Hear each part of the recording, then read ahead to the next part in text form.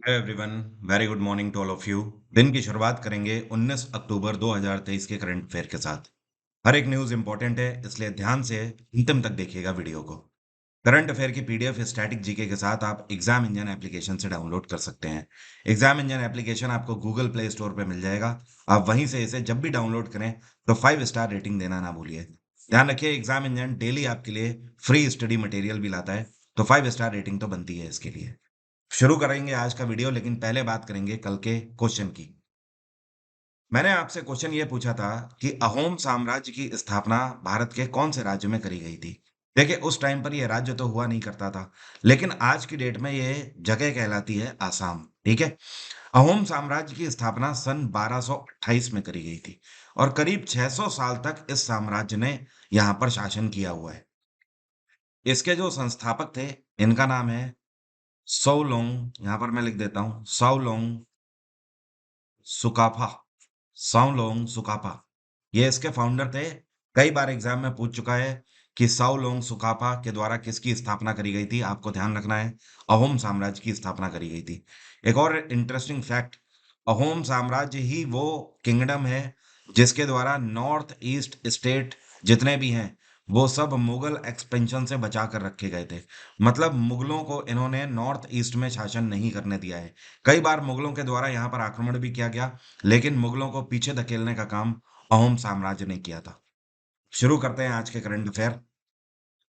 भारत का पहला ऐसा कौन सा राज्य बन गया है जिसने अपने श्रमिकों के लिए मिनिमम वेज पॉलिसी लॉन्च करी है। देखिए, आपको लगेगा कि ऐसा तो पहले बहुत और राज्य भी कर चुके हैं।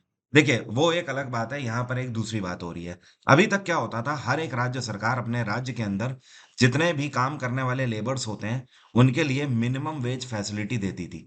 मिनिमम वेज का मतलब यह है कि हर एक राज्य सरकार अपनी अर्थव्यवस्था के आधार पर यह तय करती है कि हर एक व्यक्ति को प्रतिदिन का कितना वेज मिलेगा, मतलब काम करने का कितना पैसा मिलेगा, कितनी दिहाड़ी मिलेगी।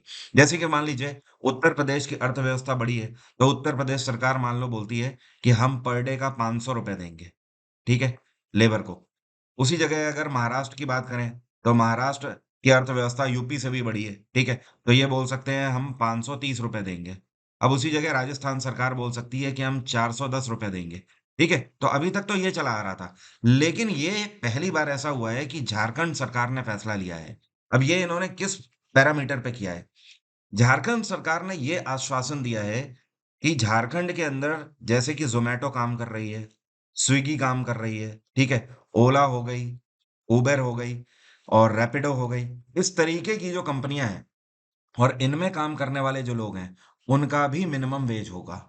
मतलब कहने का कि झारखंड सरकार ने इन सभी कंपनीज़ के साथ टाई अप किया है और इनको एक तरीके से गाइडलाइन दी हुई है कि आप ये ज़रूर आश्वस्त करिए कि मिनिमम वेज होगा। फिर चाहे वो कमीशन बेस हो, चाहे फिर उनकी एक पक्की सैलरी हो। झारखंड के अंदर करीब-करीब 12 लाख लोगों का इसका फ़ायदा मिलेगा और इसको 3 कैटेगरी में बाँटा गया है। झारखंड सरकार ने इस पर एक पैरामीटर और रखा है कि झारखंड के अंदर जितने भी इस तरीके की नौकरियाँ होंगी, उनमें से 75% लोग ऐसे हों, जिनकी सैलरी 40,000 रुपए तक जाए प्रति माह। ठीक है? अब ये 40,000 की जो सैलरी है, इसको बाँट दिया गया है 3 कैटेगरी में। ये शहरों के आधार पर किया गया है। ए ग्रेड के जो सिटीज़ हैं, उनको ऑब्वियस सी बात है 30 से 40,000 के बीच में सैलरी मिलेगी। जो बी ग्रेड के सिटीज़ हैं, उनकी करीब ऐसे रख दी जाएगी, मान लीजिए 15 से 30 के बीच में, और जो सी ग्रेड के सिटीज़ हैं या टाउन हैं, उनकी 15,000 तक हो सकती है। ठीक है? अब ए ग्रेड में जैसे मान लीजिए झारखंड की कैपिटल आ जाती है, ठीक है? रांची हो गई, इसके अलावा और भी बड़े शहर जैसे कि जमशेदपुर हो गया, बोकारो हो गया, धनबाद हो गया, इन सबको ए ग्रेड में रखा गया है। बी ग्रेड में सारी आपकी म्युनिसिपैलिटीज़ आ जाती हैं और सी ग्रेड में रूरल एरियाज़ आ जाएँगे। तो कहने का मतलब, ऊपर एक सिरे से लेकर नीचे तक सभी लेबर्स को फ़ायदा मिलेगा, जो कि अब इन कंपनी से जुड़कर काम करेंगे झारखंड के अंदर। झारखंड में मुख्यमंत्री हैं हेमंत सोरेन, यहाँ पे गवर्नर हैं CP Radhakrishnan. External affairs minister doctor S Jaishankar के द्वारा कौन से देश में महात्मा गांधी का एक स्टैचू इनॉग्रेट किया गया? तो डॉक्टर एस जयशंकर अभी एक ऑफिशियल विजिट पर हैं वियतनाम की, और वियतनाम के अंदर एक शहर है। इस शहर का नाम है हो ची मिन। क्या नाम है? हो ची मिन। ठीक है, और इस शहर में एक पार्क है इस पार्क का नाम है ताओ दैन पार्क। क्या नाम है? ताओ दैन पार्क। तो हो ची मिन्ह के अंदर ताओ दैन पार्क में महात्मा गांधी का एक स्टैचू इनॉग्रेट किया डॉक्टर एस जयशंकर ने। डॉक्टर एस जयशंकर इस ऑफिशियल विजिट के अंदर भारत और वियतनाम के बीच में होने जा रही जॉइंट कमीशन मीटिंग का 18वां संस्करण में हिस्सा लेने गए हुए हैं। इस मीटिंग के अंदर जुडिशियल हो गया, ट्रेड एंड इन्वेस्टमेंट हो गया, एनर्जी डेवलपमेंट, एजुकेशन हो गया, डिफेंस हो गया, पॉलिटिकल टर्म्स हो गए, टेक्नोलॉजी एंड साइंस हो गई। इन सभी को लेकर वार्ता होगी। वियतनाम से काफी अच्छे संबंधों की उम्मीद आगे भारत सरकार अब कर रही है। वियतनाम की कैपिटल हनोई है। क्या है? हनोई। और यहाँ पे प्रधानमंत्री हैं फाम मिन चिन। यहाँ पर मैं लिखता हूँ फाम मिन चिन। ठीक है, ये प्रधानमंत्री हैं इस टाइम पे। और ऑस्ट्रेलिया की कैपिटल कैनबरा, इंडोनेशिया की कैपिटल पहले जकार्ता थी, अब बोर्नियो है। और थाईलैंड की कैपिटल है बैंकॉक। ये कौन सा शहर है जहां पर गाइटेक्स ग्लोबल 2023 आयोजित किया जा रहा है? गिटेक्स भी कुछ लोग बोल रहे हैं ऐसे, आप गिटेक्स बोल रहे हो, गाइटेक्स बोल रहे हो। तो गिटेक्स ग्लोबल 2023 जो है ये दुबई में आयोजित किया जा रहा है। अब इसका मतलब क्या है? देखिए, ये जो समिट है इसके अंदर दुनिया भर के बेस्ट रोबोट्स की प्रदर्शनी लगाई गई है। ओके। और इसका जो मेन थीम है वो ये है, the year to imagine AI in everything. मतलब हिंदी में बोले तो इसका मेन मतलब ये है कि हर चीज में आप एआई की कल्पना करिए। ये एक ऐसा वर्ष है। ओके। खैर मैं आपको बता दूं, मैंने अभी दुबई विजिट किया था हॉलीडे टर्म पे। तो दुबई में मैंने कई ऐसी चीजें देखी रोबोटिक फॉर्म में, जो कि मैंने वीलॉग भी करी हुई हैं। तो बहुत जल्दी वो मैं आपके समक्ष रखूंगा। वाकई में वो देखने वाली चीज है। आपको समझना होगा कि दुबई के अंदर एआई बेस्ड टेक्नोलॉजी कितना आगे चल रही है और कितना कुछ वो सोच रहे हैं। इवन वहां पर एक जगह है जिसका नाम है म्यूजियम ऑफ फ्यूचर। ठीक है। तो म्यूजियम ऑफ फ्यूचर उसको इसीलिए बोलते हैं क्योंकि वहां की थीम ही है 2071 पर बेस्ड।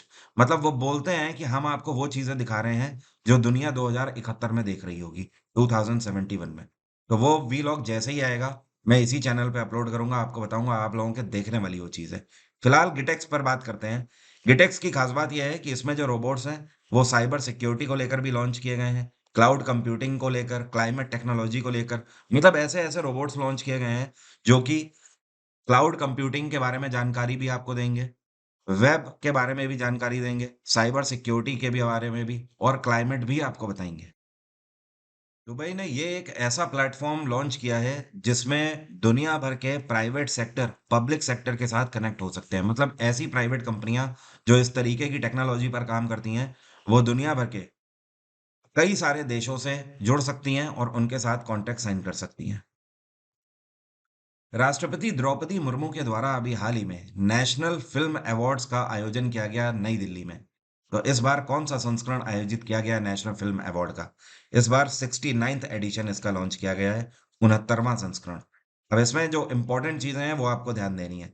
जैसे कि बेस्ट फिल्म का अवार्ड किसको दिया गया? तो बेस्ट फिल्म का अवार्ड दिया गया है रॉकेटरी को। किसको? रॉकेटरी। आर माधवन की मूवी आई थी, आई होप आपने देखी हो। बेस्ट डायरेक्टर का अवार्ड किसको दिया गया है? तो डायरेक्टर में निखिल महाजन को दिया गया है। ठीक है। और इसी तरीके से बेस्ट एक्टर बहुत इंपॉर्टेंट होता है, कई बार पूछ देते हैं, तो ध्यान रखिएगा, पुष्पा मूवी के लिए अल्लू अर्जुन को दिया गया है बेस्ट एक्टर। बेस्ट एक्ट्रेस के लिए अवार्ड दिया गया है आलिया भट्ट को, जो इनकी मूवी आई थी गंगूबाई काठियावाड़ी। और साथ में कृति सेनन को भी बेस्ट एक्ट्रेस का अवार्ड दिया गया है मिमी मूवी के लिए। इसी तरीके से और भी कई सारे अवार्ड्स की लिस्ट है। जैसे कि बेस्ट सपोर्टिंग एक्टर का पंकज त्रिपाठी को अवार्ड दिया गया है। सबसे पॉपुलर मूवी का अवार्ड RRR को दिया गया है। पूरी लिस्ट है जो कि मैंने पीडीएफ में दे रखी है, तो आप पीडीएफ से जरूर डाउनलोड करके उसे नोट डाउन कर लीजिएगा अपने नोट्स में। क्योंकि जो फिल्म फेयर अवार्ड होते हैं, नेशनल फिल्म अवार्ड हो गए, दादा साहेब फाल्के हो गए, ये पूरे एक वर्ष तक पूछे जाते हैं। एक और चीज ध्यान रखिएगा, अभी हाल ही में वाहिदा रहमान को दादा साहेब फाल्के से भी सम्मानित किया गया है। ये कौन सा एयरपोर्ट है जिसने ग्लोबल ऑन टाइम परफॉर्मेंस में टॉप रैंकिंग हासिल करी है? तो ये है बैंगलोर का कैंपागोड़ा इंटरनेशनल एयरपोर्ट। अब देखिए, ग्लोबल ऑन टाइम परफॉर्मेंस का मतलब क्या है? ये वो एयरपोर्ट हैं जिन्होंने सबसे कम डिले कराया है फ्लाइट्स को। मतलब जो फ्लाइट की टाइमिंग है उससे 15 मिनट मैक्सिमम के अंदर फ्लाइट उड़ गई है यहाँ से, या फिर 15 मिनट मैक्सिमम में उन्होंने लैंड भी करवाया है। तो कैंपागोड़ा इंटरनेशनल एयरपोर्ट जो कि बैंगलोर का एयरपोर्ट है, ये इसमें नंबर 1 पे रहा है।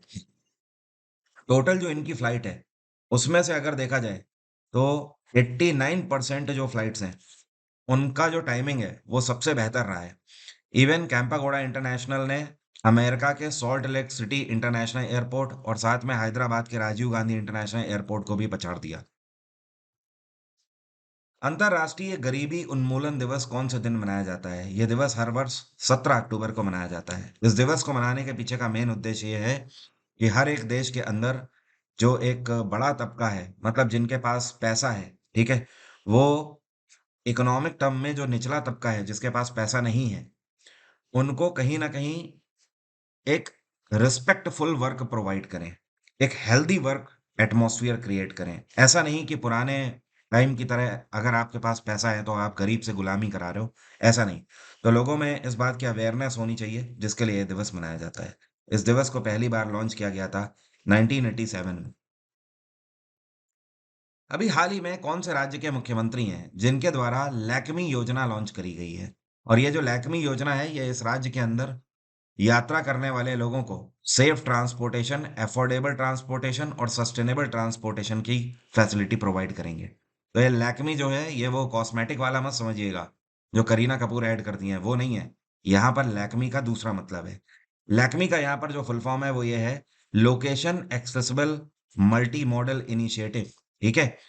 अब इसके अंतर्गत उड़ीसा में नवीन पटनायक की सरकार ने 1000 बसेस लॉन्च करी हैं। नायक सरकार का कहना है कि ये बसेस की फैसिलिटी अब वहां पर भी चलाई जाएगी जहां पर अभी तक बसेस नहीं जाती थी, मतलब दूर दराज के जो गांव वाले जो क्षेत्र हैं, वहां पर भी, मतलब पूरे उड़ीसा के कोने कोने तक ये बसेस ट्रांसपोर्टेशन की फैसिलिटी देंगी। इतना ही नहीं, महिलाओं को किराए में छूट भी दी जाएगी और जो आम नागरिक है उसके लिए भी किराए में घटोतरी करी जाएगी। उड़ीसा में गवर्नर है गणेशी लाल। कौन है? गणेशी लाल। ये कौन है जिनको इंटरनेशनल डेयरी फेडरेशन में बोर्ड ऑफ मेंबर के रूप में इलेक्ट किया गया है? तो ये भारतीय हैं, डॉक्टर मीनेश शाह। कौन है डॉक्टर मीनेश शाह? आपको पता है ये बहुत बड़े पद पे पहले से ही है।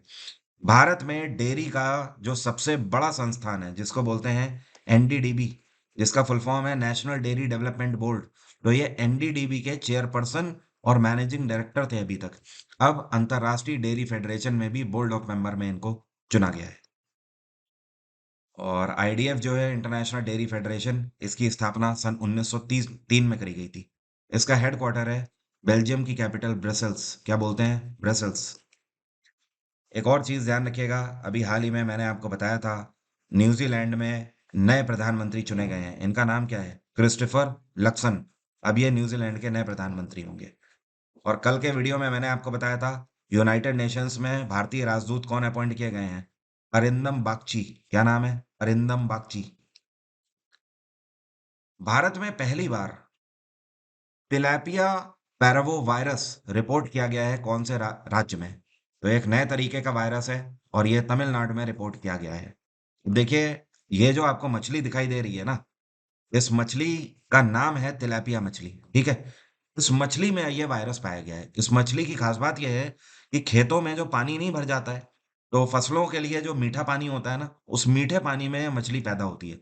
बहुत छोटी-छोटी मछली होती है, मतलब आपकी जो उँगली है ना, उसमें मान लीजिए इसके साइज़ की 3 मछलियाँ आ जाएँगी, बहुत छोटी-छोटी मछली। तो इस मछली में वायरस पाया गया है, पैरवो वायरस। ये वायरस, चौंकाने वाली बात ये है कि पहली बार 2019 में चाइना में रिपोर्ट किया गया था। उसके बाद ये वायरस 2021 में भी रिपोर्ट किया गया है और उस टाइम पर 2021 में ये वियतनाम में रिपोर्ट किया गया था। बट अब 2023 में हमारे लिए चौंकाने वाली बात हो गई है, ये तमिलनाडु में रिपोर्ट किया गया है। तमिलनाडु में अभी हाल ही में 8 तालाबों से सैंपल लिए, सॉरी 10 तालाबों से सैंपल लिए गए हैं, जिसमें से 8 तालाबों में ये वायरस मिला है मछलियों में। उसके बाद से गवर्नमेंट वहाँ पे हरकत में आ गई है और इन मछलियों के ट्रेसेस लिए गए हैं, लेबोरेटरी ले जाए गए हैं और वहाँ पर भी ये 100% पॉजिटिव पाई गई हैं इस वायरस से ग्रसित। और अगर आम तौर पर देखा जाए तो आंध्र प्रदेश हो गया, केरल हो गया, तमिलनाडु हो गया, इनके डोमेस्टिक मार्केट में इस मछली को बड़े मार्जिन पर बेचा भी जाता है। तो ये बहुत ही बड़ा कंसर्न है जिसके लिए अब तमिलनाडु गवर्नमेंट आसपास की गवर्नमेंट के साथ मिलकर कहीं ना कहीं ऑब्वियसली इस पर बैन लगाने का काम करेगी। तो नाम ध्यान रखिएगा, ये न्यूज़ में चल रहा है, तिलैपिया पैरवोवायरस। ये कौन है जिनको अभी हाल ही में global finance central banker report card 2023 से ए प्लस रैंकिंग में सम्मानित किया गया है? तो ये भारत के रिजर्व बैंक ऑफ इंडिया के गवर्नर शक्तिकांत दास हैं। RBI governor Shaktikanta Das. ये आरबीआई के 25वें गवर्नर हैं इस टाइम पे जो सर्व कर रहे हैं। और पूरे दुनिया भर में 3 ऐसे सेंट्रल बैंक के गवर्नर हैं जिनको ए प्लस कैटेगरी में सिलेक्ट किया गया है। एक तो स्विट्जरलैंड के हैं जिनका नाम है थॉमस जॉर्डन, ठीक है? और दूसरे हो गए आपके वियतनाम के सेंट्रल बैंक के जो गवर्नर हैं, इनका नाम है गुयेन ही होंग। यहाँ पर मैं लिख देता हूँ, गुयेन होंग थी होंग, ठीक है? तो ये 3 कंट्री हैं, भारत, स्विट्जरलैंड और वियतनाम। इन तीनों के सेंट्रल बैंक के गवर्नर को ए प्लस कैटेगरी दी गई है, लेकिन इन तीनों में भी नंबर 1 पे कैटेगरी में रखा गया है शक्तिकांत दास को। ए प्लस कैटेगरी इन गवर्नर्स को इसलिए दी गई है क्योंकि वर्ल्ड में सेंट्रल बैंकर रिपोर्ट का यह मानना है कि ये वो गवर्नर हैं जिन्होंने सबसे ज्यादा चुनौतीपूर्ण मुश्किलों में काम किया हुआ है और अपनी बैंकिंग और अपनी अर्थव्यवस्था को संभाल कर रखा है, ठीक है? तो बहुत ज्यादा चैलेंजिंग एस्पेक्ट में इन गवर्नर्स ने काम किया हुआ है, जिसके लिए इनको सम्मानित किया गया है। शक्तिकांत दास को इस साल के शुरुआत में गवर्नर ऑफ द ईयर का टाइटल भी दिया गया था, ये चीज ध्यान रखिएगा। नासा के द्वारा अभी हाल ही में एक नया स्पेसक्राफ्ट लॉन्च किया गया है जिसका नाम क्या है? इसका नाम है साइके। क्या नाम है? साइके। अब इसका नाम साइके क्यों रखा गया है?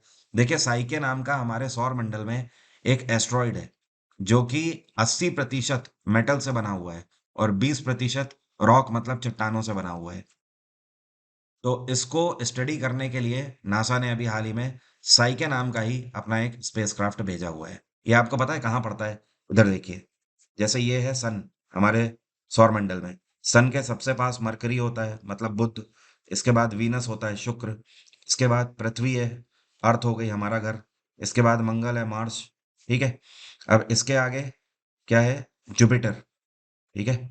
जुपिटर के आगे सैटर्न, सैटर्न के आगे यूरेनस और लास्ट में नेपच्यून। तो ये जो शुरुआत के 4 हैं, ये प्लैनेट, ये टेरेस्टोरियल प्लैनेट हैं जो कि रॉक और मेटल से मिलकर बने होते हैं। आखिरी के जो 4 हैं, ये गैस जाइंट होते हैं जो कि गैस से बने हैं। तो है क्या कि ये जो एस्ट्रॉइड है ना साइके, ये मार्स और जुपिटर के बीच में है, यहाँ पर है ये, ठीक है? और ये इस तरीके से ये भी सूर्य का चक्कर लगाता है। जैसे प्लैनेट चक्कर लगा रहे हैं इस तरीके से ये भी सूर्य का चक्कर लगा रहा है, ऐसे करके। तो यहाँ पर पहुंचेगा। अब ये समझिए अर्थ से यहाँ पर पहुंच के जा रहा है साइके। नासा की स्थापना 1958 में करी गई थी और इन्होंने जो ये साइकिल लॉन्च किया है, ये जाकर साइके एस्ट्रॉयड में आयरन ओर का पता करेगा, ठीक है? आयरन का। और नासा की जो पहली सैटेलाइट थी, ये भी 1958 में ही लॉन्च करी गई थी। इसका नाम था एक्सप्लोरर 1। क्या आप बता सकते हो नासा के एडमिनिस्ट्रेटर कौन है? चलिए मैं बताता हूँ, इनका नाम है बिल नेल्सन। क्या नाम है? Bill Nelson. ये कौन है जिनके द्वारा इंडिया स्किल 2023 कंपटीशन लॉन्च किया गया है? तो इस कंपटीशन को दिल्ली के अंदर लॉन्च किया गया है और धर्मेंद्र प्रधान ने इसको लॉन्च किया है। धर्मेंद्र प्रधान एजुकेशन मिनिस्टर हैं। इंडिया स्किल 2023 कंपटीशन में उन सभी लोगों को शामिल किया गया जिन्होंने दुनिया भर में हो रही साइंटिफिक और टेक्नोलॉजी प्रतियोगिताओं में भारत का नाम ऊपर किया है। इस बार अगर बात करें तो ग्लोबल कंपटीशन में भारत 11वीं पोजीशन पर रहा है, जो कि अभी तक की सबसे बेहतर पोजीशन है भारत की, ठीक है? तो ये जो ग्लोबल कंपटीशन होता रहता है, ये टेक्नोलॉजी बेस्ड भी होता है, साइंटिफिक बेस्ड भी होता है, आर्ट एंड कल्चर पर बेस्ड होता है, ठीक है? पजल बेस्ड भी होता है और मेडिकल क्षेत्र में भी होता है। तो हर क्षेत्र में वो भारतीय जिन्होंने भारत का नाम रोशन किया, उनको इंडिया स्किल 2023 कंपटीशन में बुलाकर सम्मानित किया गया। सागर कवच नाम की अभी हाल ही में एक्सरसाइज आंध्र प्रदेश, तमिलनाडु और पुडुचेरी के कोस्टल एरिया में करी गई है। ये एक्सरसाइज किसके द्वारा कंडक्ट करी गई है? तो जाहिर सी बात है, कोस्टल में कंडक्ट होने वाली एक्सरसाइज इंडियन कोस्ट गार्ड के द्वारा करी जाती है। इंडियन कोस्ट गार्ड का काम है कि ये हमारे जितने भी तट हैं मतलब कोस्टल लाइंस हैं उन सबको प्रोटेक्ट करके रखे, इसीलिए इनका नाम ही है भारतीय तट रक्षक बल। ये जो एक्सरसाइज है, ये इस तरीके के अटैक्स जैसे कि 26/11/2008 का अटैक हुआ था अजमल कसाब वाला, जहाँ पर वो पानी के रास्ते से भारत में एंटर कर गए थे। इस तरीके के थ्रेट्स को रोकने के लिए ये एक्सरसाइज कंडक्ट करी गई है जिसका नाम है सागर कवच। अब मेरा आज का सवाल आपसे, आप में से कितने लोग बता सकते हैं, आज की डेट में भारतीय करेंसी नोट में महात्मा गांधी की फोटो है, आपको पता ही है। लेकिन महात्मा गांधी से पहले किसकी तस्वीर छपती थी भारत के नोटों में? कमेंट बॉक्स में लिखकर बताइए। King George fifth, Queen Mary, King George six या फिर Queen Elizabeth fourth? Comment box में लिखकर बताइए, देखें कितने लोगों को आंसर पता है। एग्जाम इंजन एप्लीकेशन में आप मेरे कोर्सेज को फॉलो कर सकते हैं। अगर आप 2024 के किसी भी एग्जाम की तैयारी कर रहे हैं और जीएस आपके लिए दिक्कत का सबब बनी हुई है, तो आप 2024 के लिए इस बैच को फॉलो कर सकते हो। ये मैं लाइव बैच चला रहा हूँ इस टाइम पे। 10% का फ्लैट डिस्काउंट आपको मिल जाएगा वरुण 10 कोड लगाकर, VARUN 10। और इसके अलावा हिस्ट्री के रिकॉर्डेड, पॉलिटी के रिकॉर्डेड, साइंस के रिकॉर्डेड बैचेस ये सब भी आप अवेल कर सकते हो।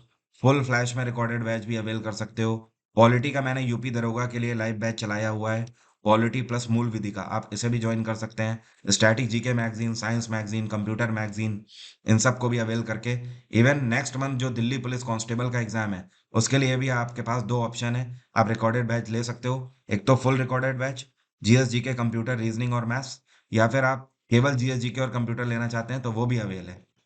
इन दोनों बैच में से कोई भी आप अवेल कर सकते हो अपनी सुविधा के आधार पर। आज की बात यहीं तक रहेगी। Thank you so much, have a nice day, take care, bye bye, आपका दिन मंगलमय हो।